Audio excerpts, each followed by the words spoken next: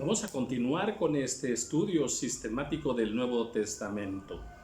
¿Y por qué decimos que es un estudio sistemático? Bueno, porque, cuando se estudia bajo un sistema, pues alguna materia, o en este caso el Nuevo Testamento, pues lo hacemos bajo un orden, bajo una secuencia, bajo un ritmo, y lo vamos a hacer de principio a fin, y deteniéndonos, bueno, en cada versículo, en cada capítulo, y ir comentando, ¿verdad?, aquellas enseñanzas que podemos sacar de la palabra y que son de grande bendición para nuestra vida. Ya empezamos también desde el libro de Mateo y los hemos leído todos. Bien, estamos con el libro de Apocalipsis. Ya hemos leído capítulo 1, capítulo 2 y ya comenzamos el capítulo 3. Ahora, vimos lo que Dios le dice a la iglesia de Éfeso, lo que el Espíritu le dice a la iglesia de Esmirna, de Pérgamo, de Tiatira y también de Sardis. Y de cada uno vimos cosas que Dios les aprueba y cosas que Dios de alguna manera les llama la atención para que reconsideremos nuestros caminos. Ahora, dijimos que cada una de las iglesias del libro de Apocalipsis también representa la vida espiritual de cada uno de nosotros.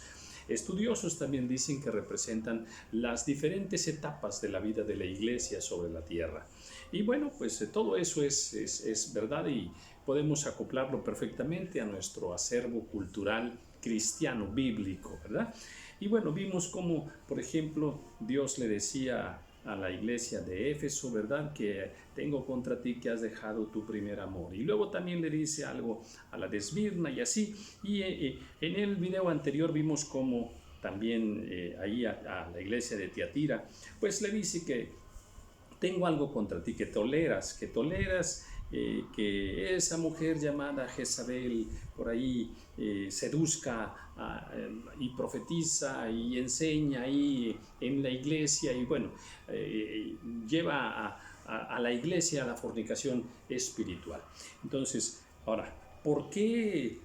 ¿Cómo debemos entender ese pasaje que comentábamos? Bueno, pues definitivamente que el concepto de Dios en el reino de Dios, en el plan de Dios, el concepto de Dios para el hombre y el concepto de Dios para la mujer corresponden al diseño perfecto que Dios con el cual Dios les creó. Dios creó al hombre con una misión perfecta sobre la faz de la tierra y Dios creó a la mujer con una visión también, una misión también perfecta sobre la faz de la tierra.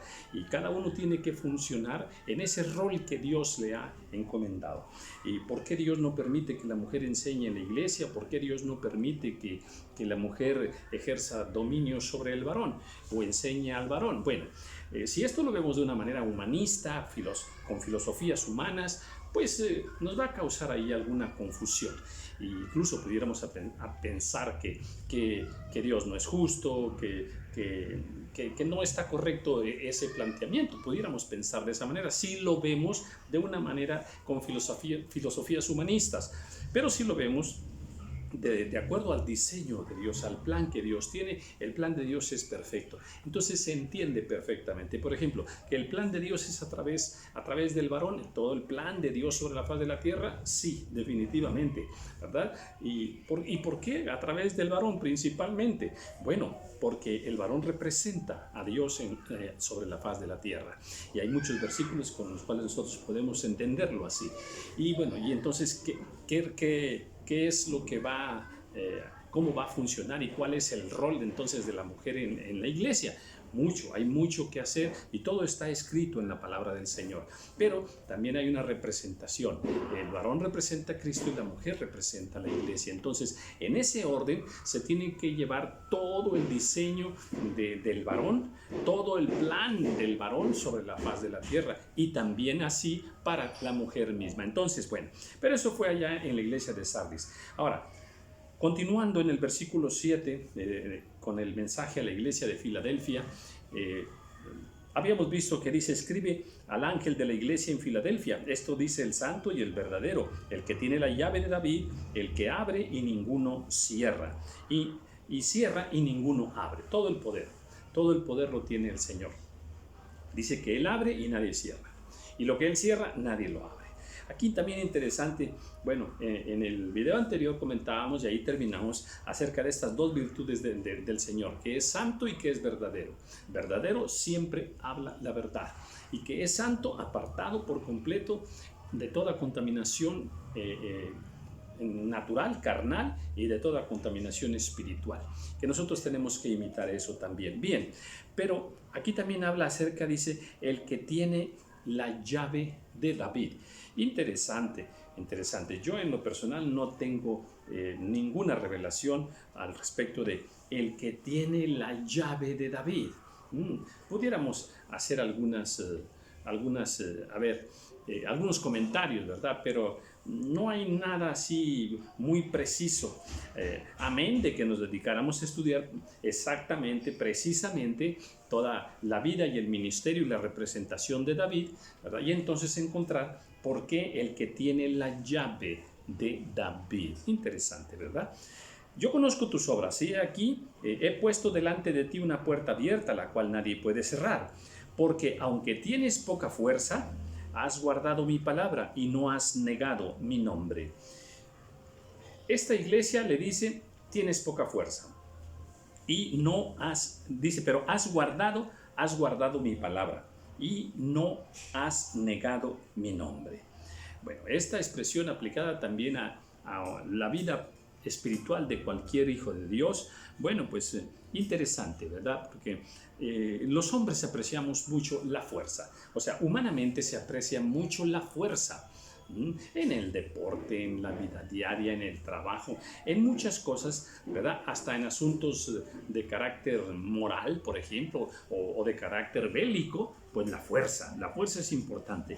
Bueno, pero si queremos conocer y entender a Dios, a ver, por allá en Corintios también nos dice, me gozo en mis debilidades, porque cuando soy débil entonces soy fuerte. A ver, el concepto de fuerza, si lo tomamos así en forma directa, tan natural, ¿verdad? Bueno, pues aplica desde la fuerza física hasta la fuerza económica, ¿verdad? Hasta la fuerza moral, hasta la fuerza espiritual. Todo eso está bien, sí. Pero aquí le dice a esta iglesia, tienes poca fuerza. Lo que quiero decir es que cuando uno humanamente reconoce o siente que no tiene la fuerza necesaria, mira, por ejemplo, a medida que uno va avanzando en la edad, las fuerzas disminuyen un poco, no tanto, pero sí disminuyen un poco, ¿verdad? La fuerza se va terminando. Eso es un proceso natural. Bueno, entendemos que para enfrentar muchas cosas, para enfrentar la vida misma, necesitamos la fuerza. Bueno, pues esta iglesia tiene poca fuerza. Bueno, alguno de nosotros así deberá sentirse en algunos momentos de la vida de tengo poca fuerza, no tengo tanta fuerza. Bueno, pues eso espiritualmente es maravilloso, es hermoso. ¿Por qué? Porque cuando el hombre, cuando la mujer renuncian a su fuerza natural, renuncian a sus fuerzas humanas, entonces, si están caminando con el Señor, si se humillan en la presencia del Señor, si claman al Señor, entonces ahora opera el poder de Cristo. La fuerza de Cristo viene sobre aquella persona. Amén. Cuando soy débil, entonces soy fuerte, dice el apóstol Pablo, ¿verdad? Entonces, sí, aprendamos que aunque tengamos poca fuerza, no importa, podemos salir adelante. ¿Por qué? Porque el Señor está con nosotros. Dice, pero has guardado mi palabra. Entonces, ¿tienes poca fuerza? Sí, pero has guardado la palabra del Señor. Entonces, eso es lo maravilloso. Tienes la fuerza del Señor. Amén. ¿Por qué? Porque has guardado su palabra. Lo triste sería que tengas poca fuerza y que no hayas guardado la palabra del Señor. Eso sería lamentable, ¿verdad? Pero bueno, ¿tienes poca fuerza? Sí, bueno, está bien, pero si has guardado la palabra del Señor y si no has negado mi nombre, dice el Señor, pues entonces eso cambia todas las cosas. He aquí yo entrego a la sinagoga de Satanás a los que se dicen ser judíos y no lo son, sino que mienten. He aquí yo haré que vengan y se postren a tus pies y reconozcan que yo te he amado. Esta palabra, ¿verdad?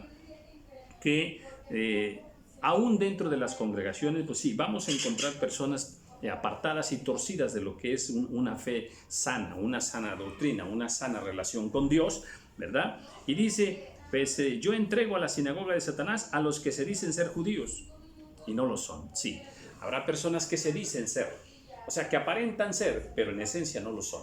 Humanamente se ve que son espirituales, que son siervos de Dios, que son cristianos, que son hijos de Dios, ¿verdad? Que son nobles, que son buenos. Humanamente se puede ver así, ¿verdad? Pero en esencia no serlo, no serlo. Entonces aquí los representa llamándolos como judíos, ¿verdad? Dice que se dicen ser judíos y no lo son, sino que mienten. Ahí está la clave, la mentira, la mentira. Cuando la mentira está en la vida de una congregación, en la vida de una nación, en la vida de una familia, en la vida de un padre, de una madre, en la vida de cualquier persona, de un hijo de Dios, de un siervo de Dios, cuando la mentira está, entonces, pues delante del Señor, esto no pasa desapercibido, amén. Él lo toma muy en cuenta. ¿Por qué? Porque decíamos que Él es verdadero. Lo vimos ahorita aquí al principio. Él es verdadero. Entonces, si somos hijos de Dios, tenemos que mantenernos siempre con la verdad. Y dice, yo haré que vengan y se postren a tus pies y reconozcan que yo te he amado. Entonces, a ver, hay algunos que espiritualmente, ¿verdad? Como vemos aquí, aparentan ser espirituales, aparentan conocer a Dios, aparentan tener poder de Dios, aparentan que Dios les habla, aparentan que Dios les usa, aparentan que conocen al Señor. Bueno, sí, pero dice el Señor, muchos de ellos mienten, ¿verdad? Pero si tú has guardado mi palabra, aunque seas débil, aunque no tengas tanta fuerza, bueno, pues entonces yo a ti te voy a enaltecer, pero a ellos los voy a humillar. Bueno, este es el diseño de Dios para nosotros como sus hijos, y es importante que nosotros atendamos a estas observaciones que Dios le hace a esta iglesia de Filadelfia. Dice, me gusta la última frase, y reconozcan que yo te he amado. O sea, cuando tú, aunque tienes poca fuerza, pero has guardado la palabra del Señor, dice, yo te amo, yo te he amado. Entonces, pues a ver, tener el amor de Dios es suficiente, aunque no tengamos la fuerza humana. Si tenemos el amor de Dios, Él será nuestro escudo, Él será nuestra fuerza. Luego dice, por cuanto has guardado la palabra de mi paciencia, yo también te guardaré de la hora de la prueba, que ha de venir sobre el mundo entero, para probar a los que moran sobre la tierra. Qué tiempo tan difícil, ¿verdad? Sacude al mundo en estos meses, ¿verdad? En este inicio del 2020. ¿Qué sucede? Todas las estructuras del mundo han sido sacudidas. Las estructuras económicas, las estructuras sociales, científicas mismas, ¿verdad? Las estructuras de la iglesia también. La iglesia ha sido en este tiempo muy cuestionada por este evento mundial que pone en entredicho muchas doctrinas humanistas filtradas dentro de la iglesia, ¿verdad? Pone en entredicho, todas aquellas manifestaciones de poder de Dios de las que se ha hecho alarde, no siendo el poder de Dios, incluso manifestaciones proféticas donde Dios no ha hablado, ¿verdad? Sin embargo, muchos hombres por ahí se han jactado de palabras de Dios, y cuando Dios no ha dado esas palabras. Yo no estoy diciendo que no existen los profetas y que no existan, ¿verdad?, los siervos fieles y verdaderos. Claro que sí, pero a lo que voy es que la iglesia misma está siendo probada en este tiempo, y el mundo entero está siendo probado a través de esta situación de pandemia universal, ¿verdad? Provocada, no provocada, eso es otra cosa. Lo que estamos diciendo es que hay un evento que está ahí, y donde pues aún todas las mentes y los expertos del mundo y los teólogos del mundo también, ¿verdad? Pues no le han hallado, no le atinan, ¿verdad? Pero Dios sí tiene palabra para este tiempo a través de sus siervos, a través de sus siervas. Dios sí tiene palabra de Dios para este tiempo, para todos aquellos que aún tienen ese amor por el Señor, ese temor de Dios. Bien, entonces dice que vendrá un tiempo de prueba sobre toda la tierra, pero aquí el Señor promete a aquellos que han guardado su palabra, a aquellos que reconocen que no tienen toda la fuerza, ¿verdad? Pero aman al Señor, dice el Señor que Él los va a guardar del tiempo de prueba. Pues eso es algo muy consolador para todos nosotros, amén. Saber que la mano del Señor, su amor precioso, está garantizado de parte de Él para nuestras vidas. Eso nos anima mucho, amén. Y tenemos que agradecer al Señor y vivir humillados en su presencia. ¿Por qué? Porque Dios es bueno, Dios es fiel y Dios cumple su palabra. Así es de que si allá hay temor y angustia, en Cristo Jesús tiene que haber paz, tiene que haber un gran regocijo, ¿verdad? Y tiene que haber mucho amor de parte del Señor para nuestras vidas y de parte de nosotros también en agradecimiento al Señor. Porque, a ver, Dios permitió que su pueblo atravesara el mar Rojo. El mar se abrió, ¿verdad? Y el mar es el mundo, la humanidad, ¿verdad? Y aquel pueblo de Dios que atravesó el mar, ¿verdad? Representa en este tiempo la iglesia. Entonces la iglesia va a pasar por el medio del mar, Dios abrirá el mar y la iglesia pasará por el medio del mar en seco, porque el poder de Dios abrirá el mar para que la iglesia se manifieste. Entonces dice aquí, que Él nos va a guardar del tiempo de prueba. Así es que demos gracias al Señor. ¿Vendrán tiempos de prueba? Sí, pero el Señor promete guardarnos. He aquí yo vengo pronto, retén lo que tienes para que ninguno tome tu corona. Yo vengo pronto. Esto nos habla de la venida del Señor. Cuando ya viene la prueba sobre el mundo, es que la venida del Señor está cerca. He aquí yo vengo pronto. Retén lo que tienes. ¿Qué es lo que tienes? La palabra. Porque recuerda que le dijo, ¿verdad? Pero has guardado mi palabra. Y no has negado mi nombre, no has negado mi nombre. Fíjate nada más qué cosas bellas, ¿eh? La palabra de Dios aquí. Mira, dije que muchas iglesias, la iglesia de este tiempo ha sido muy cuestionada, ¿no? Por doctrinas, tremendas doctrinas, ¿no? Desde las doctrinas de la falsa prosperidad y otras doctrinas por ahí terribles que se han filtrado, ¿verdad? Entonces, pero si tú has guardado la palabra, la palabra fiel, la palabra que Él nada más va a respaldar su palabra. No todas las doctrinas torcidas y equivocadas que para entretener y nada más para divertir y que el pueblo de Dios se sienta bien, se sienta cómodo. No estamos aquí para eso. Estamos para enseñar la palabra del Señor. Estamos como embajadores de Cristo. ¿Para qué? Para llevar a los pies de Cristo a todo aquel que quiera, ¿verdad? Ese mensaje maravilloso de amor de parte del Señor, el perdón de nuestros pecados en Cristo Jesús. Entonces, dice que vendrá el tiempo de prueba, ¿verdad? Sobre el mundo, ¿verdad? Y ese tiempo de prueba también, repito, lo está viviendo la iglesia, ¿verdad? Con muchas situaciones que ahora tendrán que haber cambios en la iglesia. ¿Por qué? Porque había muchas estructuras y muchas enseñanzas falsas que están cayendo por sí mismas. Y de todo este proceso, pues tiene que surgir una iglesia nueva, renovada, poderosa, ¿eh? Dice, retén lo que tienes. Bueno, pues eso que tienes, la palabra del Señor, ¿verdad? Mira, la iglesia se ha entretenido en muchas otras cosas y ha perdido dos cosas, la oración y la palabra, la oración y la palabra, la oración y la palabra, ¿verdad? Y entonces se ha buscado formar al cristiano, al Hijo de Dios, con muchas otras cosas alternas, que nada más son como añadidura, ¿verdad? Pero no son en esencia, no lo llevan a tener una relación sana con Dios y a estar fuertes espiritualmente. Para una situación como esta que ahora se vive, se necesita una fortaleza espiritual y muchos cristianos no la tienen. Muchos cristianos, ¿no? ¿Por qué? ¿Por qué? Porque han vivido su religión, porque han vivido su cristianismo de una manera engañosa, de una manera falsa, ¿verdad?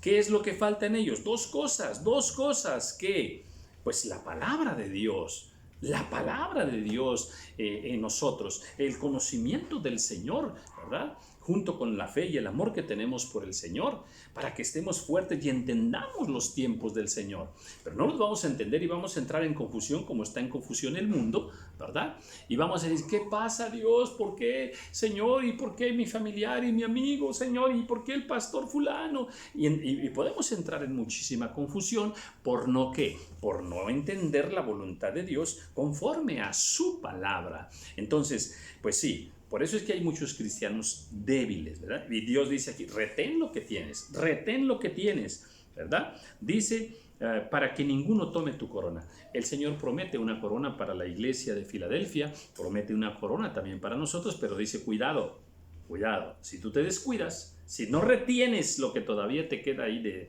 de fortaleza espiritual, de bendición espiritual, si no lo retienes, entonces otro tomará tu corona. Y eso es una advertencia de parte del Señor. Al que venciere yo lo haré columna en el templo de mi Dios, y nunca más saldrá de allí. Y escribiré sobre él el nombre de mi Dios, y el nombre de la ciudad de mi Dios, y la nueva Jerusalén, la cual desciende del cielo de mi Dios, y mi nombre nuevo.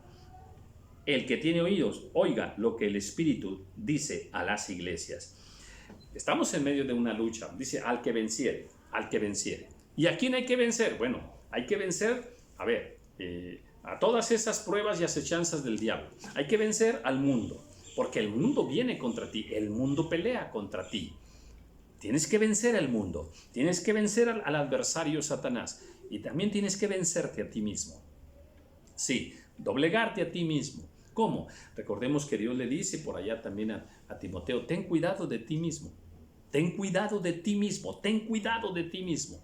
¿Por qué? Porque nosotros tenemos una naturaleza pecaminosa, tenemos naturaleza carnal.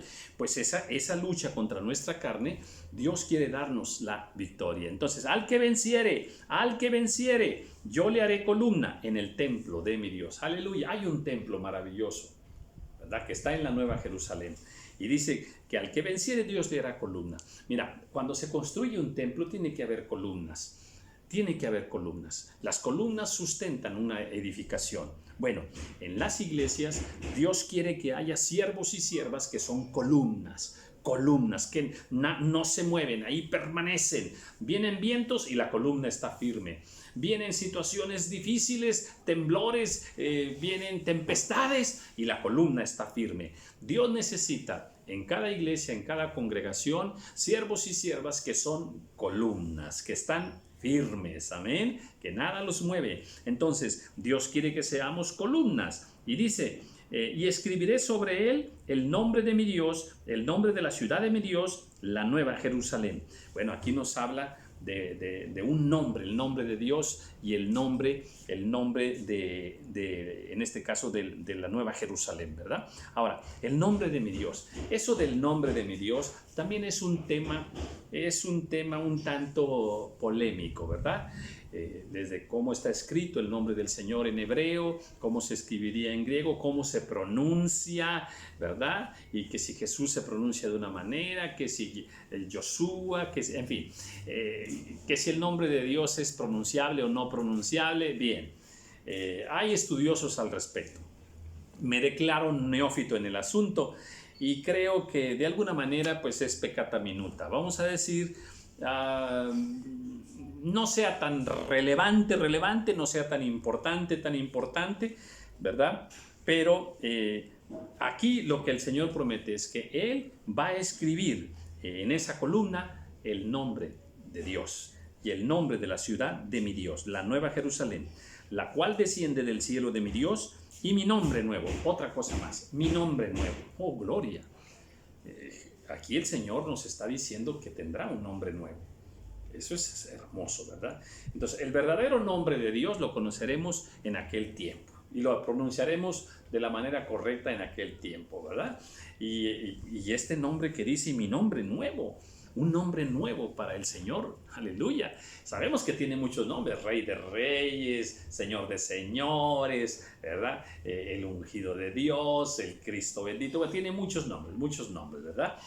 Pero aquí nos habla de un nombre nuevo. Este no está revelado. Amén. Luego vamos con la iglesia de la Odisea. Dice, y escribe al ángel de la iglesia en la Odisea. He aquí el amén, el testigo fiel y verdadero, el principio de la creación de Dios, dice esto. Yo conozco tus obras, que ni eres frío ni caliente. Ojalá fueses frío o caliente. Bien, leí el 14 y el 15. Me detengo en el 14. Dice, he aquí el amén, el testigo fiel y verdadero. Aleluya.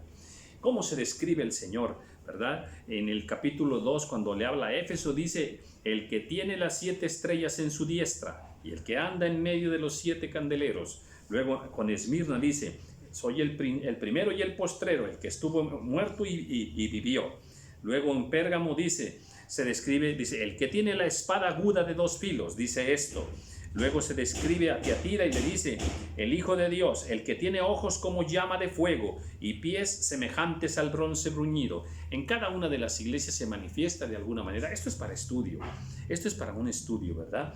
Cómo se presenta ante cada iglesia, qué significa presentarse de esa manera en relación a los aciertos y desaciertos que cada iglesia tiene. Creo que ahí hay un motivo de estudio, ¿eh? No nos alcanza la vida para estudiarlo todo, ¿eh? Por eso es que Dios reparte su revelación y unos estudian una cosa, otros siervos en otra parte del mundo estudian otra cosa, pero así está diseminada por todo su pueblo la revelación del Señor. ¿Cómo se describe a la iglesia de la Odisea? He aquí el amén, el testigo fiel y verdadero. Testigo fiel, desde luego. Él testificó fielmente de lo que Dios le encomendó. Amén. El verdadero, amén. Sí, porque muchos vinieron diciendo que ellos eran. Muchos vendrán diciendo que ellos son. No, solo hay uno, el Cristo verdadero. Amén. El único Hijo de Dios. El que dio testimonio fiel. Dice, el principio de la creación de Dios. Aleluya. A ver, esto es hermoso ahora. Ahora se identifica a sí mismo como el principio de la creación de Dios. Esto es maravillosamente interesante, ¿verdad? Entendemos que Dios es uno. Entendemos que Dios tiene la virtud de manifestarse como Padre, como Hijo y como Espíritu Santo, lo que llamamos la Trinidad. Sabemos que la palabra Trinidad no viene en la Biblia, pero sí viene esta manifestación tripartita de parte del Señor, como Padre, como Hijo y como Espíritu Santo. Ahora, aquí dice, ¿verdad? El principio de la creación de Dios. Bien, ¿qué fue creado primero? ¿Cómo fue creado todo primero? Bueno, a lo que sabemos, lo que nos revela la palabra del Señor es que cómo comenzó la creación. Sea la luz, sea la luz. Y dijo Dios, sea la luz. Esa es una frase, esa es una palabra. Sea la luz, sea la luz. Esa es una palabra. Bueno, Cristo es la palabra de Dios. Aquel verbo fue hecho carne. Entonces sí, por eso es el principio de la creación. ¿Cómo fue creado? Con la palabra. ¿Quién es esa palabra? La palabra es Cristo mismo. Muy bien. Luego dice, yo conozco tus obras, que ni eres frío ni caliente. Ojalá fueses frío o caliente. Esto es muy interesante, ¿verdad? Frío o caliente. A ver, nosotros somos hijos del fuego.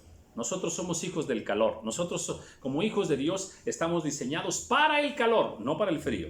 Para el calor, no para el frío. Esto también es un estudio interesante, ¿eh? Por allá lo voy a relacionar en los estudios del ADN que les recomiendo que por ahí, cuando tenga oportunidad, asómese un poquito a estos estudios, ¿eh? Ahora, el ADN, ¿qué tiene que ver con nosotros el calor y el frío? Mucho. El sol representa a Dios, el sol es calor. Nosotros somos hijos de Dios, somos hijos del sol, déjeme decirlo así, entonces somos hijos del calor. Por eso es que el frío nos mata, ¿eh? ¿Ok? Bueno, esto lo explicaré despacio cuando esté en los estudios del ADN. Ahora, ni eres frío ni caliente, ojalá fueses frío o caliente, los extremos. O sea, decídete, ¿estás con el Señor o no estás con el Señor? Si estás con el Señor, estás caliente. Si no estás con el Señor, estás frío. Esto se lo está diciendo esta iglesia. Entonces Dios no quiere a una iglesia fría ni una iglesia tibia. Él quiere una iglesia en fuego, una iglesia caliente, una iglesia, ¿verdad?, donde se manifieste el fuego del Señor, ese fuego que consume. Pero por cuanto eres tibio y no frío ni caliente, te vomitaré de mi boca. Esta es una palabra muy fuerte, muy fuerte. Te vomitaré de mi boca, lo está diciendo el Señor, ¿verdad? ¿A quién lo está diciendo? A aquellos que no tengan una definición. O eres frío o eres caliente. Amén. Sí, pero tibio, eso es una tremenda indecisión. Es una tremenda duda de caminar con Dios o caminar apartado de Dios. Entonces dice el Señor, defínete. Esto nos lleva a definirnos. Iglesia, defínete. Hijo de Dios, defínete. Como Elías les dijo, ¿verdad? También, ¿verdad?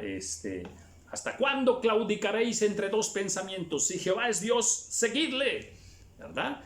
O Josué, pero yo y mi casa, yo no sé qué vayan a hacer ustedes, pero yo y mi casa serviremos al Señor. Bien, tenemos que definirnos. Dios no nos quiere fríos y no nos quiere tibios, nos quiere calientes. Dice, porque tú dices, yo soy rico y me he enriquecido y de ninguna cosa tengo necesidad.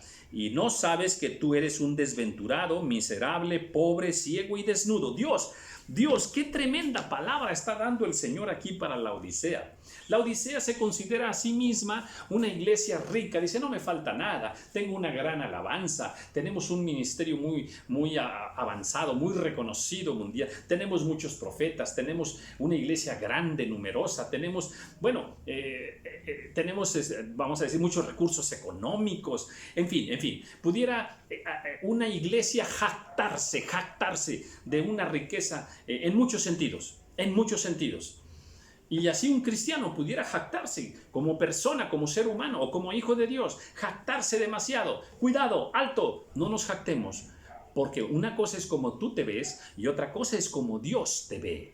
Eso es otra cosa, porque mira, esta iglesia dice, yo soy rica, nada me falta, pero le dice Dios, lo que tú no sabes es que, fíjate lo que le dice, que eres un desventurado. Dice, y no sabes, fíjate, no sabes. Tú crees que eres rico, pero hay algo que no sabes. Tú eres un desventurado, eres un miserable, eres un pobre, eres un ciego y un desnudo. Tremendo. ¿Cómo se miraba esta persona a sí mismo? Como una maravilla espiritual, pero ¿cómo le miraba a Dios? Como un pobre, como un desventurado, como un miserable, como un ciego, como un desnudo espiritualmente delante del Señor. Y estar desnudo significa que se ve tu carne. Otra vez, estar desnudo significa que se ve tu carne. Y la carne en la Biblia significa pecado. Tremendo. Fíjate entonces cómo le miraba el Señor. Bueno, entonces, cuidado, aquí podemos aprender algo. Es mejor que trabajemos espiritualmente en nuestra vida y en nuestra relación con Dios para que cuidemos esa relación de tal manera que Dios nos vea de una manera agradable a Él. Y no vayamos a caer como esta iglesia, ¿verdad? De una manera tibia, de una manera fría y con un concepto equivocado de sí mismo. No era el concepto que Dios tiene. Bien, vamos a dejar aquí, ya no tengo tiempo pero voy a continuar en el siguiente video y vamos a retomar esto, ¿eh? Amén, bendiciones.